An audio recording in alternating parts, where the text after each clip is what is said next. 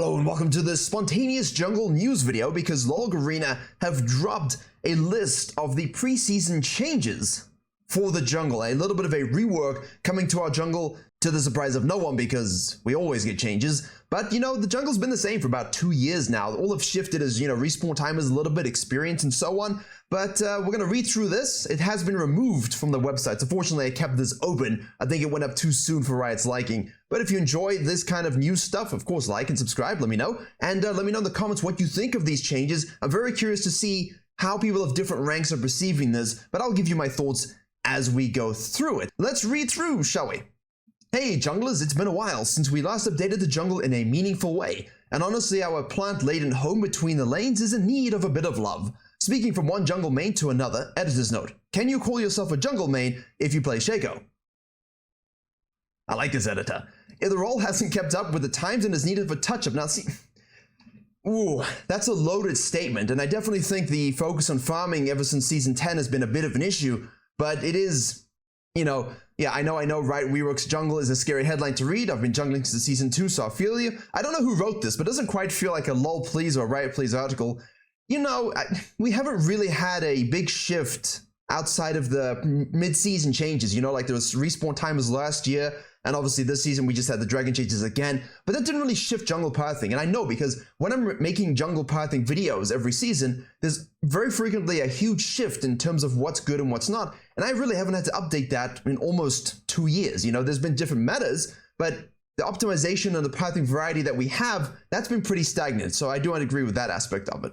The biggest thing that's changed is experience and of course the jungle champions. So jungle is a powerful role, but also the punching bag of the team. We're supposed to gank every lane, control all the macro, perfectly farm our camps and set up vision all at once. It's a lot, and that's awesome, and that's why we main this role, but it's also way too much to jump into without a pool noodle. We don't want the majority of players to actively avoid playing any role, and the truth is we failed at that metric when it comes to jungling. Again, hinting and showing that jungle is perhaps the least popular role in the game at the moment and quite susceptible to being auto-filled. In the recent lol please, Riot Froxen talked a bit about our plans for preseason with communication and vision systems, jungle changes, and Chemtech Drake being our major areas of focus. Because we filmed that video a while ago, that's how it works by the way, I'm here to share some extra details for those of you wanting more. Many League players see the wildly complex set of strategies and game knowledge required to be even slightly competent at the jungle and are scared away. That we can agree on. I mean, I've seen a big shift in views over the last year and a half in terms of what we had before with my channel. And a lot of that is just obviously the shift and stagnation of ideas as the jungle doesn't change. But whenever there's a jungle shift, it goes way back up again. So, junglers always come and say, well, this is way too complicated for me. I'm going to swap to another role. And a lot of people say, well, I'm never going to play jungle because I watch one video and there's just too many things to do. So we want to lessen this barrier to entry. One of the ways we'll do that is by easing players in, showing them how to play the role and adjusting mechanics so they're less punishing and more intuitive. The goal here is to absolutely not dumb down the jungle or remove the ability to show off your jungle knowledge, but to make sure that jungle is complex in the right places. This is good to read because a lot of people overreact and think, well, you're making jungle easy. But, you're like 1,000 games Silver 2, and that's not an insult to anybody. Life is life. Your skill is your skill. It's nothing to... don't take it personally, but a lot of people are saying these changes dumb down jungle, but doesn't impact them at all. You know what I mean? And they're not even doing the really complex stuff that will get them automatically to gold, platinum, diamond, master plus. We are currently exploring some changes like jungle pathing aids, think something similar to recommended items, but instead it's how you do your first clear, a stepping stone towards mastery of the role. We're also looking into adjusting the way camps leash, including the ranges and reset rules. When you're newer to the role and accidentally lose camp patience, it feels like you're getting slapped in the face. Even for the experienced players, the rules are finicky, and sometimes your champion feels useless because they can't abuse these rules as well as other champions. Jungle itself shouldn't be the deciding factor as to whether a champion is viable. So, this is weird for me because as long as this is sort of like a normal thing as you're leveling, teaching how to clear and what you should look for, perfect. But if it goes into ranked games, no, definitely not. This should be purely tutorial, new players, things like that, right? Give Smite early level 1 and then teach people how to jungle, make it a sexy role again. And they haven't really done that at all, and most people only get Smite, I don't even know what it is now, level 10 still. And, you can't jungle at all in your first 10 levels of the game. So this is great for that, but not something that should be at all put into the ranked game or the above level 30 range. This is interesting because they already did some changes to this last year and people were freaking out about it. Didn't really impact anything, but at the same time, I do understand what they're saying. There needs to be a more definitive reset range of rules. Like you have Kane, who likes to do the sort of drag the wolves into the blue and then you can queue everything, but a lot of other champions cannot do that. This is good for me. This is champion optimization. Certain champions can do those things and certain cannot. You know, not every jungler needs to full clear. Not every jungler needs to be able to match that tempo, and normalizing it, you know, Riot have already gone that direction so much. You know, they're buffing Diana, they're buffing Zed, buffing Talon, making sure everyone can full clear. That's not great either. What they need to make sure is that the experience benefits both styles of play. So that's going to be much more finicky, literally, to balance. So hopefully they can think of something for that. But, you know, the jungle itself should determine whether a jungler is viable, champion is viable in the jungle, because not every champion needs to be jungle viable, but they need to make ways for Sylas, Kiana, Camille, Kayle, these things, Aatrox, these things should be viable somehow without being broken OP, you know? And is there a balance between the Diana buffs and those kinds of champions being buffed and your typical Viegos and Kanes and so on? Yes. So I understand what they're saying to a degree here, but this slightly concerns me, but we don't know what they mean just yet. Right now in League, it's not realistic to expect a ton of different characters to be viable at the highest levels of play because a lot of them simply can't optimize their clears enough to stand up with the rest. Will Rammus ever be powerful in high skill brackets with a clear as slow and as fragile as he is right now? Yeah, you see this, that's why this wasn't meant to go up. No, but that's also okay. Ganking jungler just shouldn't be eradicated from high elo meta because you can't clear. That being said, farming experience isn't really that juiced anyway at the moment. It's just easy to be relaxed and take no risks. A ganking jungler who takes risks will be punished.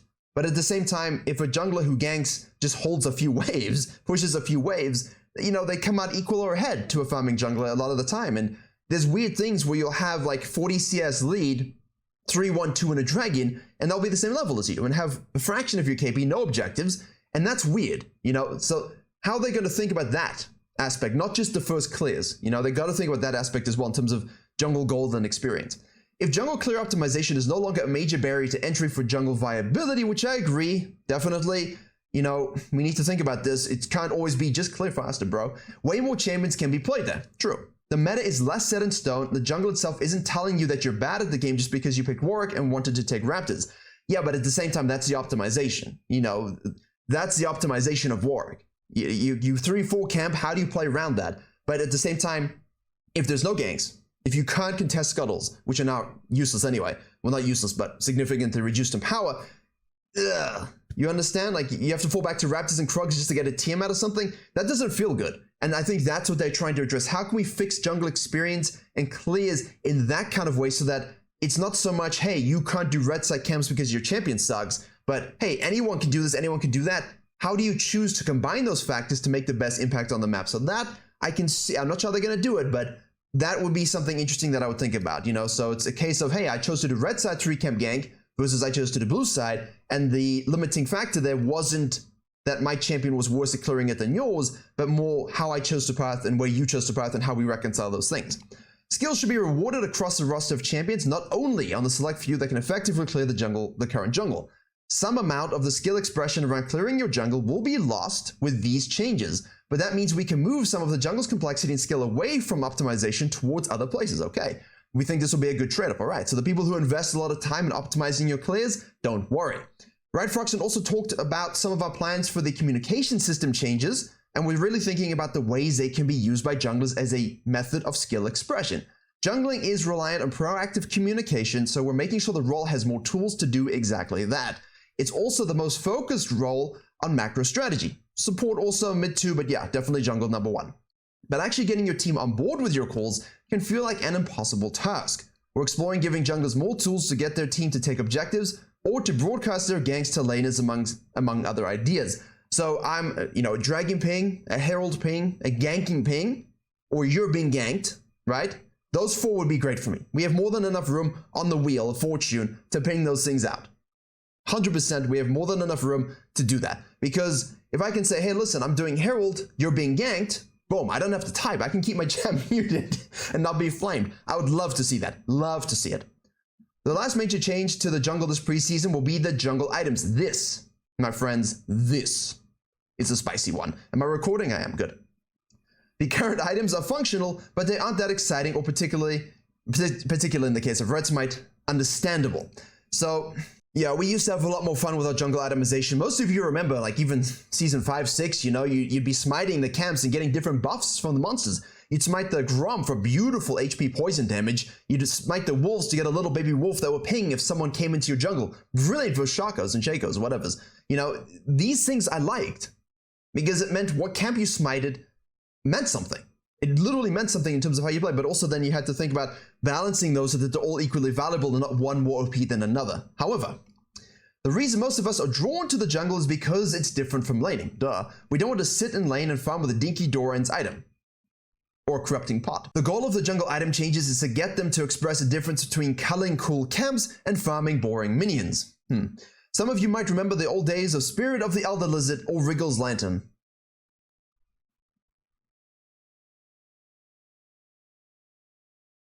Yeah. Back when jungle items felt more meaningful and impactful, Feral Flare. Let's be honest though, that warding range of Feral Flare, beautiful. Those were problematic in their own ways, it's also true. We want to capture some of that fantasy with a bit of a twist this time. Pets. Any super pet enjoyers. These pets will help you do little things in the jungle like clearing and taking down epic monsters. Think old Sated Devourer puppy. So in season 6 you'd have Devourer and you'd have to get 30 stacks to upgrade it to Sated, and it would just follow you around, this little wild dog, until you got to the 30 stacks. It served no purpose, really. It was symbolic. But it was fun and cute. So as you jungle, you slowly raise and you feed your pet until they've grown up enough to empower you. So it's Tamagotchi that actually impacts you in real life. Any 90s boomers in the chat.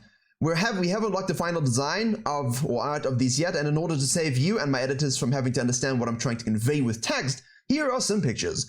Just keep in mind these will not be going live, and the final design will be very likely look different from this. So here we have, you know, we have a Mundo kind of thing with a big chair that we can chuck, and we have here a baby wolf, which you can see hopefully as you can. And now the concept here is that this will follow you around and give you a different buff. Now you basically have to choose your jungle pet like you would choose your enchantment at the beginning of the game, I assume. So we would take blue or red smite now, right? And then you'd upgrade it 5 times. Now you would choose between, let's say, 3, 4 pets, 5 pets, basically modern jungle enchantments, and they would have different stacking sort of quests that you'd have to satisfy. So think support quest, but for jungles. Now, why we need a pet for this, I don't know. I don't know why we couldn't just call it an enchantment or something like that, and basically just present it the way we present support items. I don't know why we need a pet. It trivializes it, I think, a little bit too much, in my opinion. But maybe that's just my age showing. At the same time, if there's a cute pet following me around, that's okay, but it can be distracting. It can be visually distracting. My concern is that it's going to be a bit of an issue for people to keep track of in fights. Like, does it disappear in fights? I hope so. Is it only visible in your jungle? Okay, that's fine. But even then, you know, when you're kiting wolves, are you going to mistake your baby wolf puppy, you know, for a merc wolf? You know, things like this. Even if you think that's funny and laughable, which it might be, it's still really a case of it mustn't get in the way of the rest of the visuals of the game. And I don't know why we need the pets necessarily versus just saying, hey, we're removing blue smite, we're removing red smite, we're adding in these quests, stack it, all right? And it will upgrade your smite, it will give you these upgrades, it will make you do 1, 2, 3, you know what I mean? So that's my concern. Our earliest prototype was a jungle wolf that followed you around, and whenever you killed the camp, Ari's Foxfire missile shot into the wolf's mouth.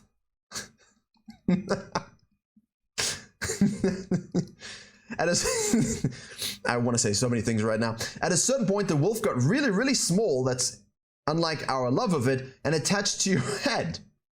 Then a recolored version of soon-to-be outdated Udia's tiger form glowed on you while Aatrox's ult activation sound effect played repeatedly. What the fuck? Okay, so don't do this. Don't do this. This is dumb. We don't need this, all right? Believe it or not, this is what peak it. Yeah, I believe it. Yeah, we don't need this. As to what it actually does, we're keeping that a secret for now while we lock down exactly how strong we want the empowerment to be relative to base kit, runes, items, as well as exactly what tools we want to provide junglers. Okay, so in theory, cool. This sentence here, nice. This one here, never want to read in my life again. We don't need that. So I don't know if we need the pets necessarily, okay? Past that, there's a fair number of questions we're still thinking about the best answer to. Is Scuttle working the way we want it to? Hell no. Should jungles invade as much as they do? What do you mean? Who invades? How important should junglers be to taking epic monsters? That's our entire purpose.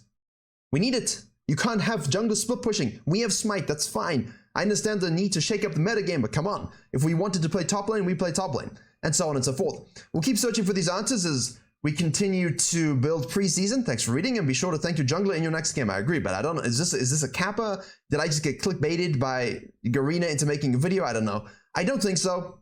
I think they definitely are thinking about these things, but at the same time, stuff like this needs to just not exist. Honestly, the principle is fine, but we don't need weird animations and stuff like that. So what they do, what I would like to see is something that can maybe amplify tank junglers and allow them to survive or thrive a little bit more. I would love to see a vision component that will be abused in pro play, but maybe they can tweak it so that it won't, like the old jungle upgrade item. Things like that could be really interesting. So I'm definitely for, you know, making sexy the jungle items once more, the jungle enchantments once more. Let's see if they can do that. But for now, that's about it. Let me know what you think about these changes and sometimes rather sensual visualizations of the jungle for Season 13. Hopefully this will be iterated, and I'll of course present a full breakdown with gameplay, with data, with everything at the beginning of preseason, with whatever comes through from this. Thank you very much for watching. Please do like, share, and comment if you did enjoy and learn something. And as always, I will see you all in the next video, which will be Best Junglers.